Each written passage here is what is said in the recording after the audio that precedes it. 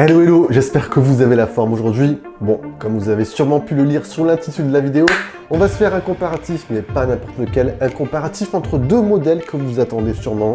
Comparatif entre le Redmi Note 11 Pro et le Redmi Note 10 Pro de l'an dernier. Bon, vous vous posez éventuellement la question, est-il ou pas un choix judicieux de passer sur la nouvelle version 11 Pro 5G? Ou bien, est-ce que le Note 10 Pro de l'an dernier vous suffit-il largement selon vos besoins? Eh bien, vous savez quoi?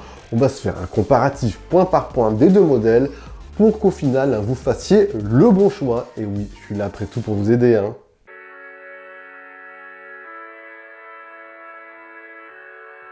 Bon, on va rentrer directement dans le vif du sujet. Débutons par l'aspect visuel, le côté look et la prise en main.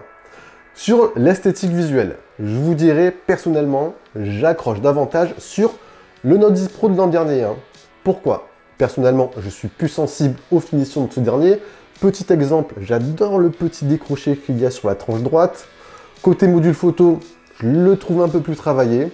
Et globalement, dans l'ensemble, sur le côté look, sur le côté visuel, je trouve que le Note 10 Pro, de manière générale, fait davantage smartphone premium. Après, bien évidemment, ça reste un avis personnel. Voilà, au premier abord comme ça, oui, je suis plus sensible au Note 10 Pro. La prise en main ensuite, je vous dirais, c'est autre chose. Alors oui, le Note 11 Pro de cette année prend quelques grammes par rapport à l'ancienne version. 10 grammes à peu près précisément. Mais cela, au contraire, ne le désavantage pas. Mais pourquoi? Eh bien, tout simplement, cette année, le Note 11 Pro adopte un format avec un écran totalement plat, mais également un châssis et des bordurelles aussi totalement plates. Et au final, ça lui confère une prise en main que je trouve au quotidien plus agréable. Smartphone avec une meilleure ergonomie. On a moins cette sensation d'avoir un smartphone avec une Note 10 Pro qui est un peu plus glissant entre les mains. Bref, au final, ici, prise en main ergonomie, avantage Note 11 Pro.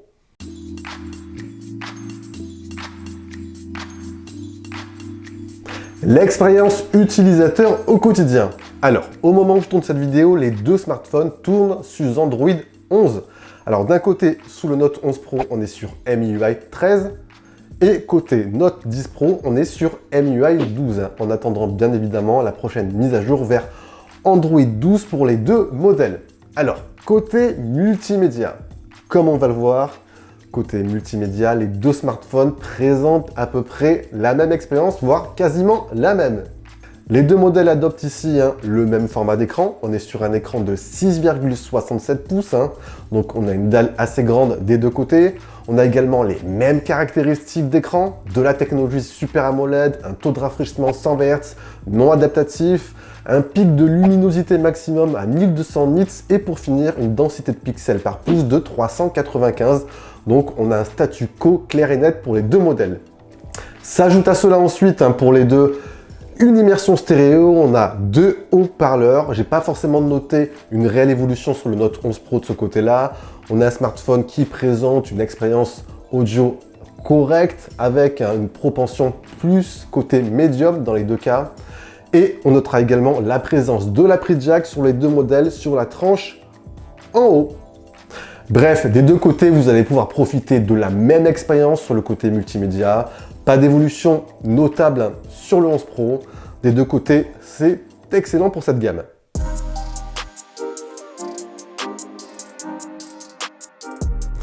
Passons aux entrailles des deux bêtes. Bon, comme je vous l'ai dit lors de mon test du Xiaomi Redmi Note 11 Pro, cette année, Xiaomi propose deux versions de ce modèle. Vous avez soit la version 4G qui intègre le processeur MediaTek Helio G96, ou sinon vous avez la version 5G qui elle propose le processeur Snapdragon 695. Et de l'autre, vous avez le modèle Note 10 Pro de l'an dernier qui lui embarque le processeur Snapdragon 732G. Bon bref, peut-être c'est du charabia pour vous, mais on va quand même rentrer dans les détails.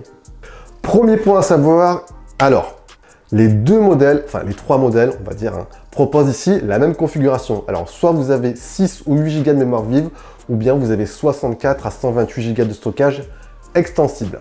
Second point, si on fait un petit comparatif entre le Redmi Note 10 Pro de l'an dernier et le Note 11 Pro de cette année en version 4G, on aura sensiblement des performances équivalentes, avec peut-être un léger avantage au Note 10 Pro. Et oui, ce dernier propose une meilleure efficacité énergétique, hein. On a un processeur qui s'avère plus efficient et il est également légèrement mieux optimisé pour tout ce qui est jeux vidéo.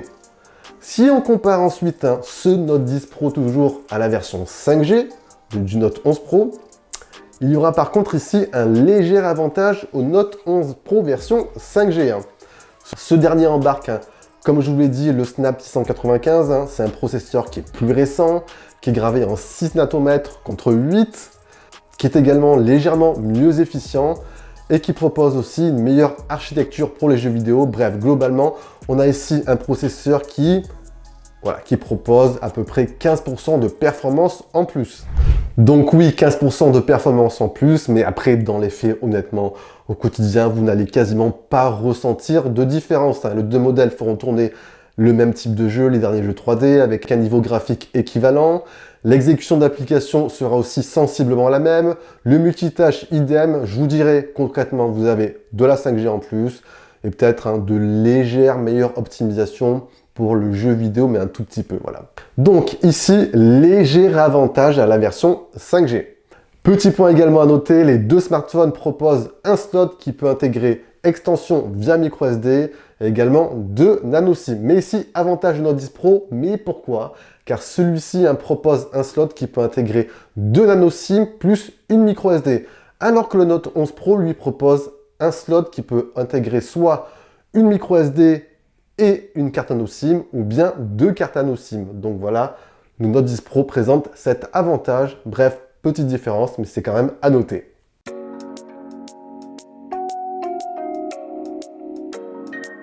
Hey, jusqu'à présent, c'est vrai qu'on a un comparatif assez serré. Alors, qu'en est-il de l'expérience photo-vidéo? Est-ce que ce Note 11 Pro fait-il évoluer l'expérience? Eh bien, réponse ici. Alors, côté configuration, les deux smartphones adoptent une configuration quasi similaire.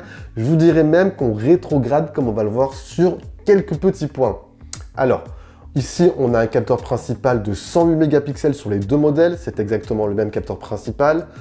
On a également le même capteur ultra grand angle de 8 mégapixels. Par contre, le capteur macro va légèrement perdre en définition sur la nouvelle version Note 11 Pro, 5 mégapixels l'an dernier contre 2 cette année. Et on notera également la disparition du capteur de profondeur de champ, mais franchement inutile, donc pas grave. Dans les faits, je n'ai pas noté de grande différence entre les deux modèles, voire quasiment aucune. Le grand angle s'en sort bien de jour pour les deux. On a une colorimétrie qui est à peu près juste, un bon niveau de détail. L'ultra grand angle dans la suite aussi propose la même expérience, avec toujours ce même souci d'incohérence colorimétrique avec pas mal de distorsions dans les angles. Quant au capteur macro, il s'avère toujours à mes yeux assez médiocre dans les deux cas.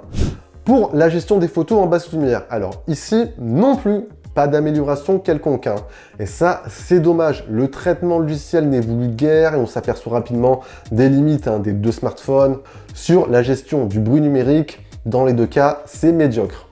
Bref, ici, je vous dirais qu'on a une expérience photo quasi identique. Et par contre, un petit second point, comme je vous l'ai dit, on a une rétrogradation sur la partie vidéo. Et oui, ici, le capteur grand angle ne supporte pas la charge 4K. Et oui, on pourra simplement filmer en Full HD à 30 images par seconde, alors qu'ici, on peut grimper en Full HD 60 images par seconde et en 4K. Donc ça, personnellement, je trouve que c'est un gros point noir. Bref, globalement, sur l'expérience photo-vidéo, je dirais léger avantage au Note 10 Pro de l'an dernier. Et oui.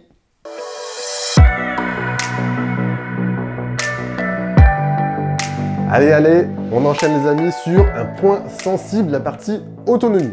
Alors côté technique, les smartphones embarquent une batterie quasi similaire. 5020 mAh pour le Redmi Note 10 Pro et 5000 mAh pour le Note 11 Pro. Alors dans les faits, j'ai pas forcément ressenti de grandes différences. Après, le Note 11 Pro se voudra légèrement, mais un poil plus endurant, avec une meilleure gestion logicielle batterie. Je vous dirais honnêtement que la différence, elle n'est pas énorme sur une journée. Vous pourrez gratter 5 à 10% par rapport à la version précédente. La grande différence, elle se fera via la nouvelle batterie, enfin via la nouvelle recharge 67 watts contre 33 de celle du Note 10 Pro. Ici, pour une recharge complète, comptez à peu près 65 minutes pour la version Note 10 Pro Et pour la nouvelle version, comptez à peu près 45 minutes. Donc voilà, on a un gain quand même qui est non négligeable. Donc avantage, autonomie recharge au Note 11 Pro. Au moment où je tourne cette vidéo, le Redmi Note 10 Pro, on peut aisément le retrouver autour des 250 €, voire un tout petit peu moins. Et la version Note 11 Pro de cette année débarquera en version 5G autour des 300 € et pour la version 4G, un tout petit peu moins. Ensuite, à la question, est-il judicieux ou pas de passer à cette nouvelle version 11 Pro? Eh bien, je vous dirais que dans l'ensemble, non. Sur les points clés, écran, performance, photo, autonomie, on a quasiment un statu quo avec quelques légères améliorations, mais pas de quoi, à mon avis, voilà, de passer sous cette nouvelle version, mis à part si pour vous la 5G, vous la voulez absolument. Mais dans le cas contraire, je vous dirais honnêtement, le Note 10 Pro fait largement l'affaire. C'est vrai que j'en ai pas parlé, mais j'aurais pu également ajouter à ce comparatif le Poco X4 Pro 5G. Pourquoi? Ben, tout simplement, en fait, celui-ci embarque exactement les mêmes caractéristiques que le Xiaomi Redmi Note 11 Pro 5G. Donc voilà, on aurait pu également l'intégrer à ce comparatif. J'espère que cette vidéo vous aura éclairci un petit peu sur les deux smartphones. Dans ce cas-là, si vous avez apprécié, comme d'habitude, vous envoyez le gros pouce bleu. Si vous avez des questions, ça se passe en bas dans l'espace commentaire. On pense également à partager la vidéo, à s'abonner si ce n'est pas encore fait, à activer la petite cloche de notification. C'est très important. Et sur ce, je vous dis bien sûr à la prochaine. Prenez soin de vous les amis, c'est le plus important. Allez, ciao ciao!